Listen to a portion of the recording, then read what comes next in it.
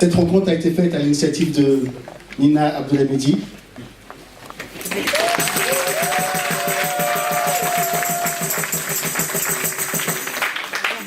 Qui est membre du mouvement En Marche, dont l'un des membres fondateurs est présent ici. Monsieur Christian Darny, que je vous demande d'applaudir.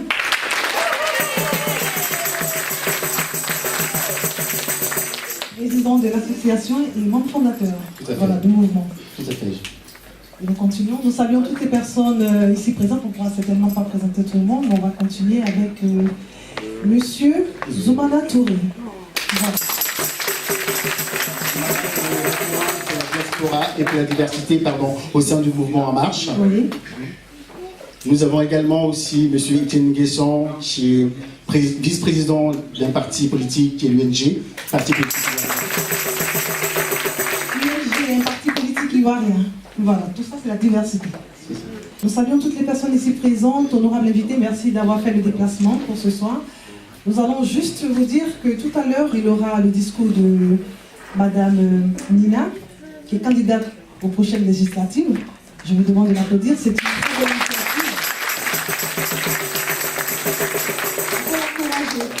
Il aura son discours. Ensuite, nous aurons Monsieur Christian, qui présentera bien sûr les membres du mouvement En Marche, et Monsieur Zoumana Touré, qui aura un speech.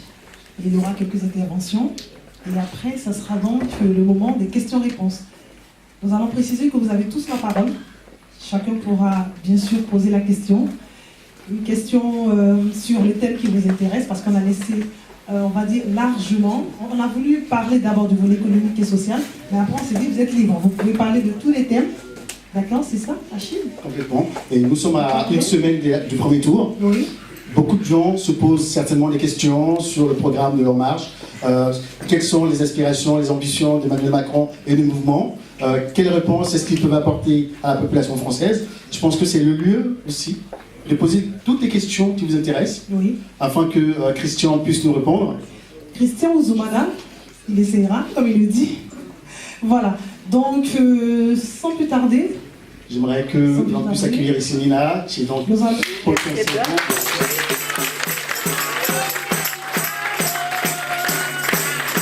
Nous avons pour volonté de participer à l'exercice démocratique dans notre commune, notre département et notre région. C'est avec cet objectif que je suis engagée avec le mouvement En Marche, qui porte les inspirations de beaucoup d'entre nous. Pour finir, je tiens à remercier spécialement M. Christian Darny de m'avoir donné l'opportunité de participer à cette aventure. Merci aussi à mon frère M. Zoumana Touré pour tous ses efforts. Je remercie à tous les représentants de chaque communauté présente. Merci à tous. Merci. Bonne soirée. Le mouvement En Marche, en fait, on a célébré il y a une semaine sa création, il y a juste un an. C'était 1 an et 1 semaine. En fait, pour rien vous cacher, la genèse de ce mouvement, la genèse du mouvement, elle date à peu près d'il y a 1 an et demi. Et peut-être ce soir, je voudrais commencer par partager ça avec vous, avant bien évidemment de répondre à vos questions et réponses. Je vais vous demander de recevoir ici M. Zoumana Touré. On peut l'applaudir, s'il vous plaît. Qui est référent de la diversité. Il a juste un speech, vous l'avez dit. Il a dit que ce sera très bref. Alors, mesdames et messieurs, un grand merci. Je souhaiterais démarrer, si vous me permettez, par adresser, au nom du mouvement En Marche, des remerciements sincères et chaleureux à celle que j'appelle affectueusement ma candidate du 20e.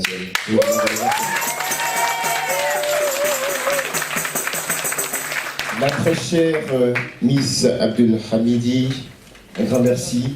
Bravo pour votre courage. Bravo pour votre engagement. Mesdames et messieurs, nous sommes aujourd'hui à quelques jours d'une élection présidentielle capitale. Nous avons des interrogations, nous avons des questions, nous hésitons. À titre personnel, j'ai hésité pendant un certain temps. Oui, je suis un sarkozyste, un républicain, très engagé. J'ai eu à défendre Nicolas Sarkozy dans des endroits très hostiles. Et progressivement, j'ai pu me remettre en cause. J'ai pu remettre en cause un certain nombre à partir de constats. J'ai constaté qu'aujourd'hui, la France est à l'arrêt. Alors je me suis dit, pour un pays qui est à l'arrêt, est-ce qu'il ne faudrait pas un candidat en marche pour remettre la France en marche? Alors,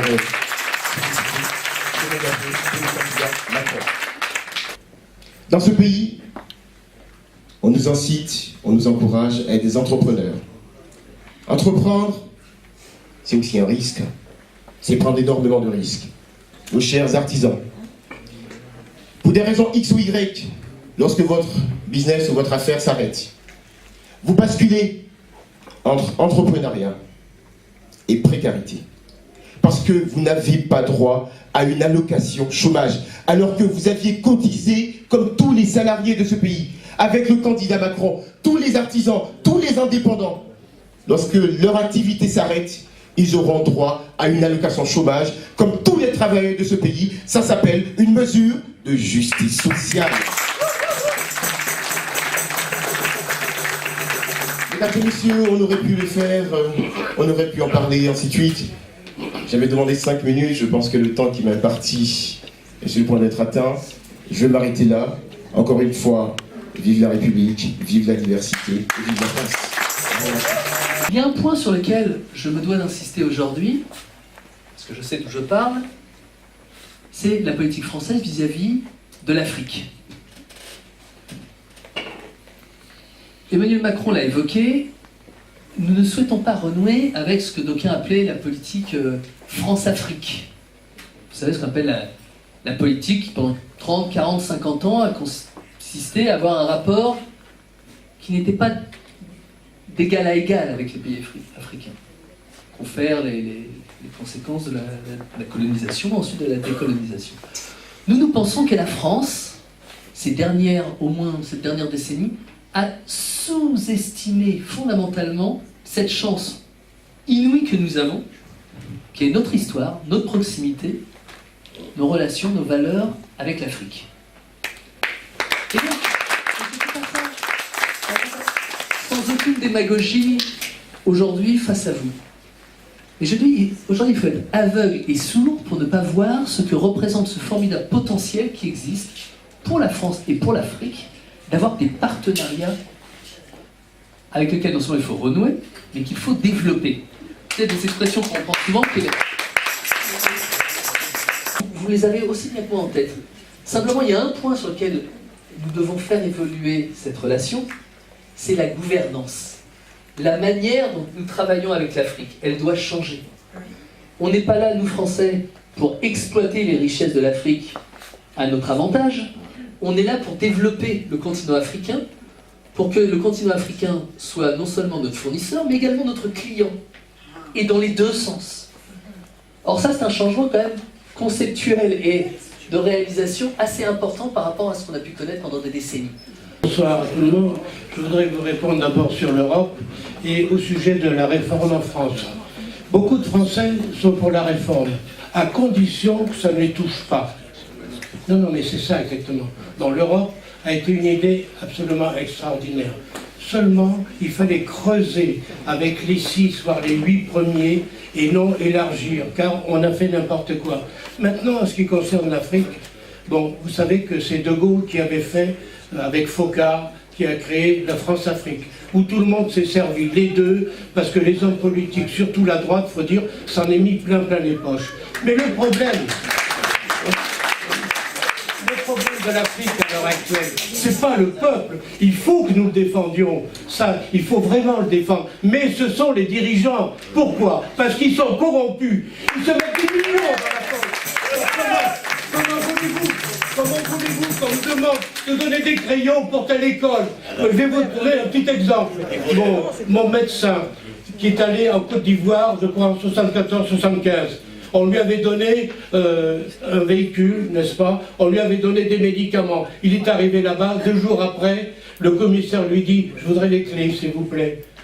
des véhicules, pourquoi? Parce que c'est à moi. Le lendemain, il est revenu à l'hôpital, il n'y avait pas un seul médicament. Les Nguesso qui ont 25, 30 voitures, des, comment dirais-je, des Rolls, des Buick et tout ça, et tant qu'on n'aura pas éliminé ces gens-là, eh bien, on ne pourra rien faire. Défendons le peuple d'Afrique, mais pas les dirigeants. On va écouter la réponse donc de monsieur Christian Garnier. Non, parce que tout à l'heure, j'ai volontairement parlé de, vous savez, de cette expression gagnant-gagnant. Le but dans la relation, mais c'est vrai avec l'Afrique, c'est vrai avec d'autres relations, c'est que ça soit constructif et qu'effectivement il n'y ait pas un rapport de déséquilibre au point où il y en a un qui se met tout dans la poche, pour prendre l'expression que vous avez, et puis l'autre qui n'est rien. C'est pour ça. Oui, tu as raison, il y avait des comportements qui ne sentaient vraiment pas bon. France-africaine. C'est pour ça qu'on en revient, d'ailleurs, et j'insiste là-dessus, c'est vrai pour toi, mais c'est vrai pour nous tous. Je reviens beaucoup sur l'aspect de l'éducation. C'est la clé de tout, l'éducation. Donnez-moi un enfant, j'en ferai la meilleure ou la pire des personnes en fonction de l'éducation que je pourrais lui donner. Et ça, quelle que soit la latitude sur laquelle vous vivez. Avec un... Voilà. Vous êtes père ou mère de famille, donc je ne vais pas vous faire la leçon là-dessus, mais c'est clé, c'est essentiel. Depuis très longtemps, cette élection française, elle est regardée par le monde entier. Pourquoi elle est plus importante que d'autres, cette élection-là? Parce qu'après le Brexit, après l'élection de Trump, le monde entier nous regarde en disant si la France bascule dans le populisme, et le populisme, c'est aussi bien Marine Le Pen que Jean-Luc Mélenchon. L'un a l'air sympa, l'autre a l'air antipathique, mais les deux, ce sont du populisme.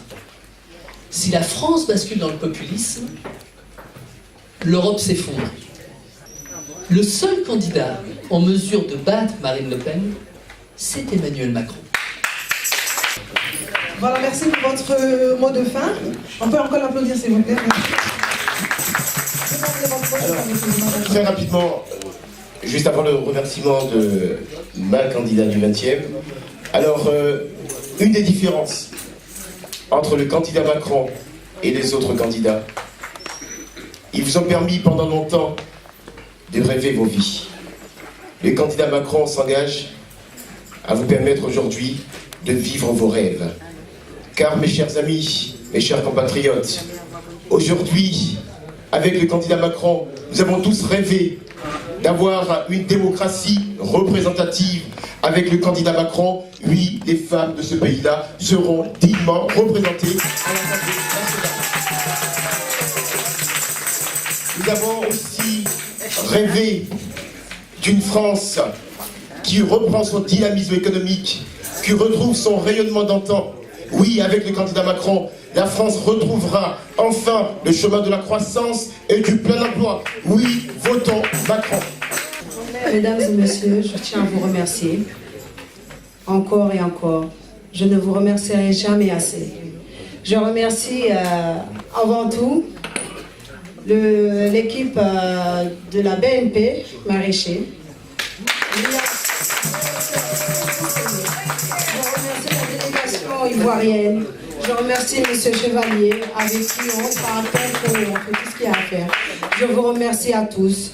Merci Darchari, même si tu es très très haut, je te remercie d'être là aujourd'hui. Merci bien, merci beaucoup.